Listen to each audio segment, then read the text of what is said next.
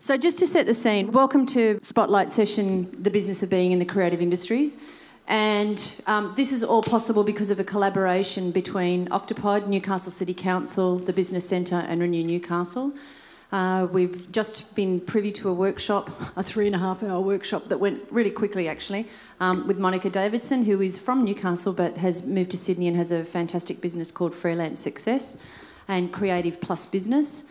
That helps people in the creative industries. So if you could welcome our speakers, we've got Christopher Saunders from Renew, Monica Davidson from lots of different areas, and those two being one of them. She also acts as a business advisor to the creative industries in Sydney, and Lawrence Schubert, who has music background, TV background. He'll tell you about that when he comes up as well. So if you could make them welcome, that would be great.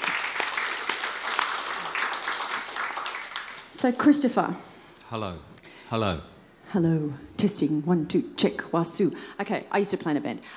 Feels like I should have a guitar and just about, sing a few songs or something. I can get one. No, that won't be necessary.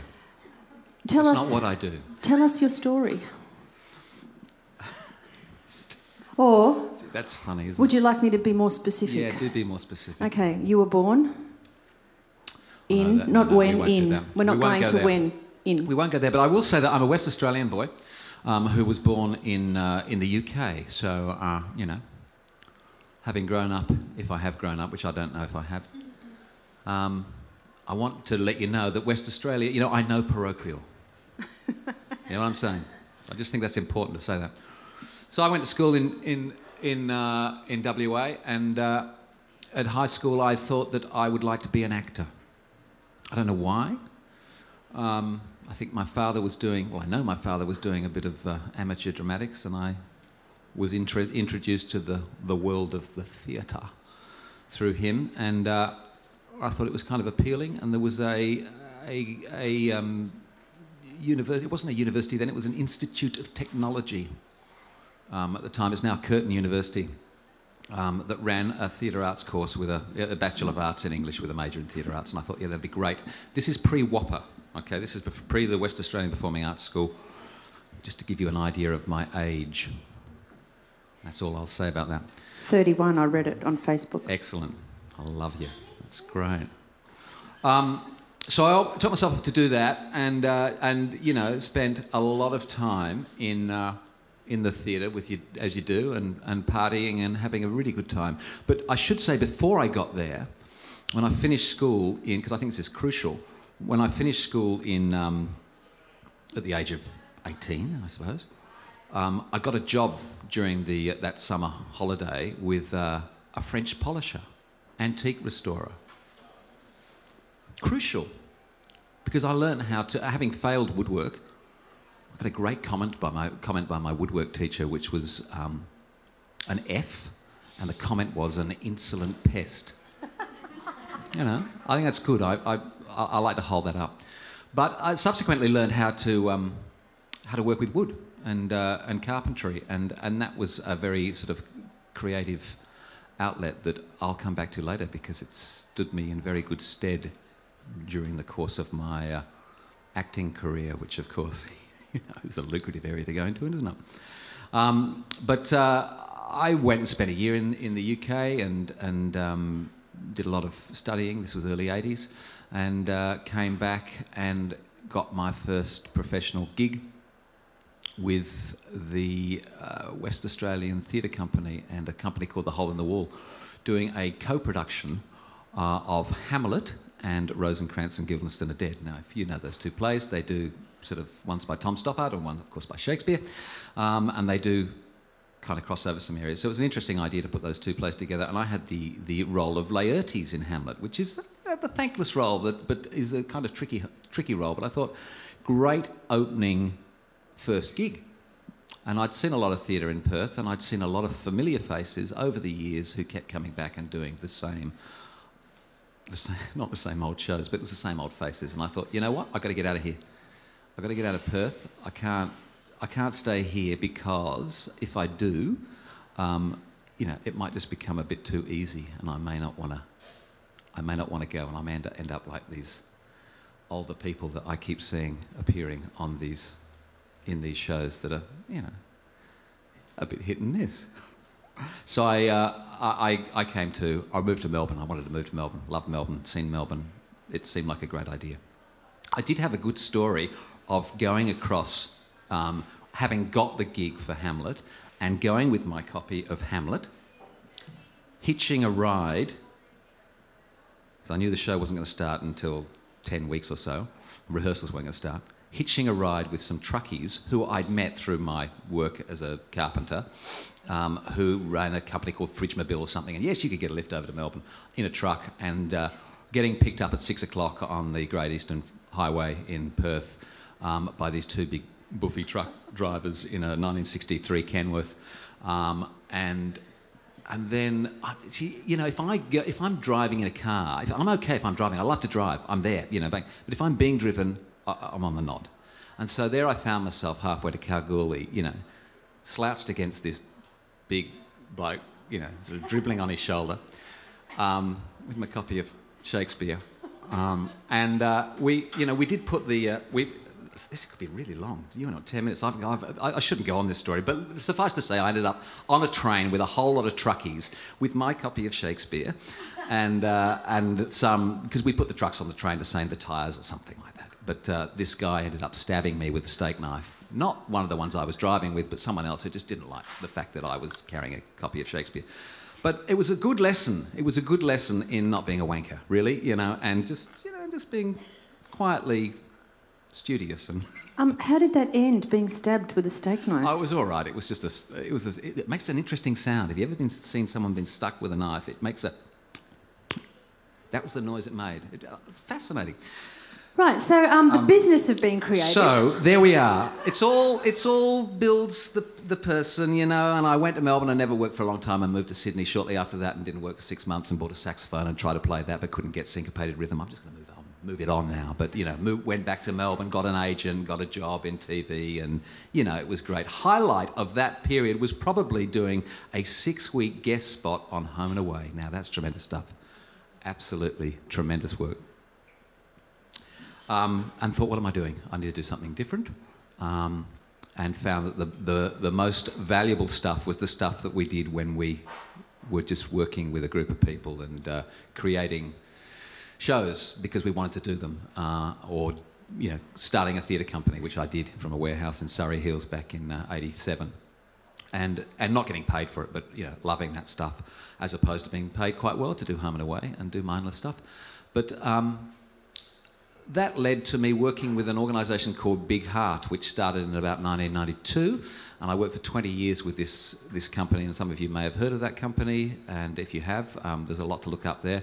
But I ended up initially as an actor sharing a stage with Kerry Armstrong, and quickly moved into being a producer and spent sort of 15 years as a creative producer with that organisation, and ended up, you know, associate producer on a documentary and managing a large project in the public housing estate in Surrey Hills called Northcote, and a documentary that was produced called 900 Neighbours, which some of you may have seen. It gets a regular airing on the ABC. I guess the jump from being a jobbing actor to becoming a producer came about because I just kind of said yes to opportunities. And when those opportunities weren't there, I would pick up the tools and go and work on a building site, or I would make some furniture, and, you know, do things like that. How am I going? Yeah, pretty good. When did you actually realise that your career, so it was now a business for you, it was a career in the creative industries, and how seriously, because I know you do now, I know you take the whole creative industries business side of things very seriously. When did it kind of hit you in your career that this was your business? And why? That's a good question. I'm not sure if there was an actual moment. I mean, that's what I was going to be. I was going to be an actor. So I was an actor, and I was making a living from it. I don't know if there was an ever... I think there was a moment when I probably said I need to take control of my business. I remember saying I was staying with my partner in a house that was owned by a couple of film producers, and we were staying in the garden flat in the back, and I remember saying I thought I'd like to produce, and they were both producers. I said I'd like to produce, and they said, well, there's no money in that. Why would you do that? And I looked around and I thought, yes, this is a multi-million-dollar house in Wallara, isn't it? I'm in the garden studio paying you rent. Are you saying there's no money in this because you're baby boomers and you want me to fuck off and not take your job? Or do you genuinely think there's no money in it? And therefore, what is the motivator for business and making business? What is it? Is it money that drives you? Or is it, as we were talking about before, the unicorn versus the workhorse idea? Monica, you'll have to go to that. I can't explain that now. But, you know, the dream, what do you want to do? Are you happy to be doing home and away, or do you want to be doing something that's a bit more meaningful to you and not going to pay? And I guess I was much happier in the grassroots, meaningful stuff, which is why working with an arts organisation, with a company that was working from the grassroots and from the bottom up, became very exciting for me. And I think I realised that I was becoming an enabler, which is what I think I am now, where I create opportunities for other people to do creative things. So do you just want to explain to people that don't know what you're doing now, what it is that you're doing now? Well, I guess it's what I've been doing as well for the last 15 years, which is I'm the general manager of Renew Newcastle, which I've got to say, the contract was signed 2 days ago, and this is the first time in my professional career, which must have started in 1983, that I've actually had a real job. I've never had a contract that's been, you know, a paid job before that. It's always been freelancing. It's always been short-term contracts. So this is the first time, as of 2 days ago, although I did start in September technically, but 2 days that I'm into a contract. Yay! Way to go! 52 years old. 31 years old. 31. Said that. That's okay. You did survive quite a while without a real job, though. That's very promising. Well, I think you can, and look, to use a cliche, and my wife and I say this often. You know, we have rich lives, but we're not rich, and that's important to us. But we are turning around that whole psyche on what we're doing and what we're earning, and the happiness factor is kind of turning around a little bit. I hope it is, and one of the things I hope to instill in the people I work with is that it is about valuing what you do. And if we now start talking about the big picture of what creative industries are doing for this, for Newcastle, and looking at through the prism of Renew Newcastle, we need to start valuing what we do and who we are, because the dollar, the economic value that we are bringing to this city is enormous, and I think we lose sight of that. You know, why are these bars and restaurants all cropping up? Why have people come back into the city? They've come back into the city because there's a bit more creativity there. There's a bit more interesting, handmade stuff that you can't get anywhere else. It's not the same old homogenised shopping centres and places that we see everywhere else. It's a very unique space. And if Newcastle can get it right, I think we, you know, are in a position to make this city a first-rate international city. And I don't say that flippantly. I really do think if we can get it right, it would be extraordinary. The creative industries are valued in a lot of places in the US. Boston, for example, they've got, you know, they're not ashamed or afraid or anything to use the word creative or creative industries, or this is the business of being creative. And I guess that's kind of the philosophy that we hope catches on. There's a lot about the US philosophies we hope don't catch on, but that's that whole creative industries. I was stunned at how openly it was accepted. But you're a real advocate, because I know from our conversations about making it a business and treating it as a business and getting all the business aspects right. I am, but I also, you know, at the same time, I think it's really important that we have the opportunity to dream and to fail, and we want to support. It doesn't have to be all about business, but we, at the end of the day, we do need to live. Now, my partner, my wife, who I met here 20 years ago at the Civic Theatre, is a playwright, and she's doing well. You know, I mean, we've managed to buy a house in Hamilton. We have a child at school, an 8-year-old, and we've never had real jobs, and we've always worked in a creative field. So somewhere in there, we've managed to get it right, and I think I don't know what that is, And I don't know what the secret to that is, but it's having sat through in Monica's workshop today, I was going and nodding and going, oh, thank God, that's what I was doing. That was great, you know, having that little, the nest egg, having the backup plan, whether that was being a carpenter, but always keeping something in reserve. I remember a great story, which I just want to say, because I think it's kind of interesting. Well, maybe it is, maybe it's not. I was down at one stage, maybe 15 years ago, to my last $50. That was it. I always kept, you know, a little bit of something to fall back on, but these were tough times, and it was the last $50, and I said, okay, darling, we're going out for dinner. So we went out for dinner, and I met somebody who gave me a job, and I started on the following Monday. And I just think that is, I'd like to remember that, because I think that that's really important. It would have been so easy to go, oh, fuck, I'll make this $50 last a long time. But we didn't. And that's the optimism in me, I guess, which can be exhausting at times for everyone, myself included. But I do think it's absolutely crucial to have that in order to stay buoyant and stay flexible. I mean, I do try to live by a yes and philosophy as opposed to a yes but philosophy, which seems to be you know, prevalent around.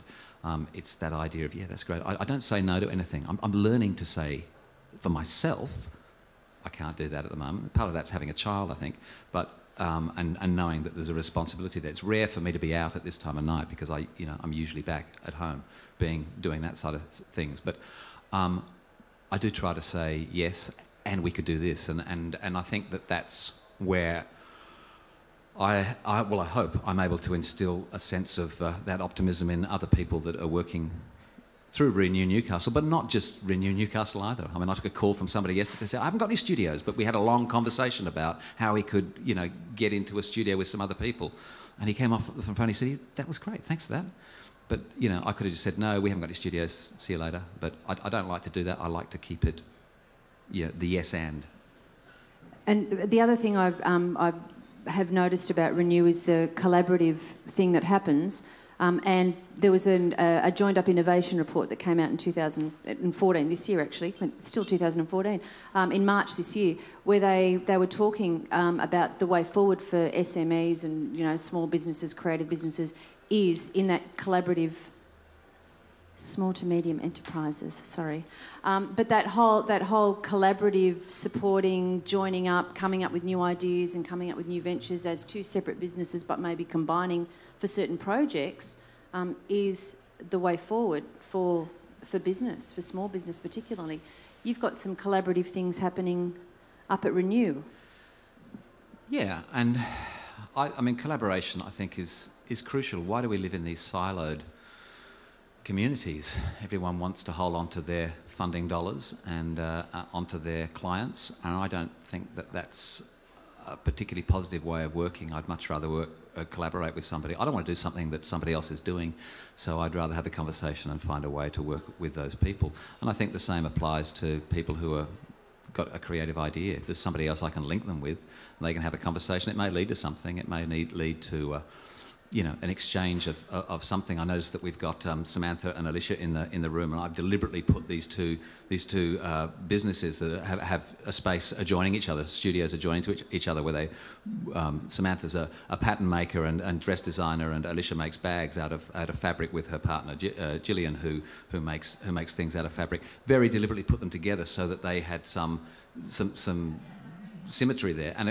immediately they've started collaborating with each other, which is great. So I think it's really important to be strategic about that and not leave people just to fend for themselves.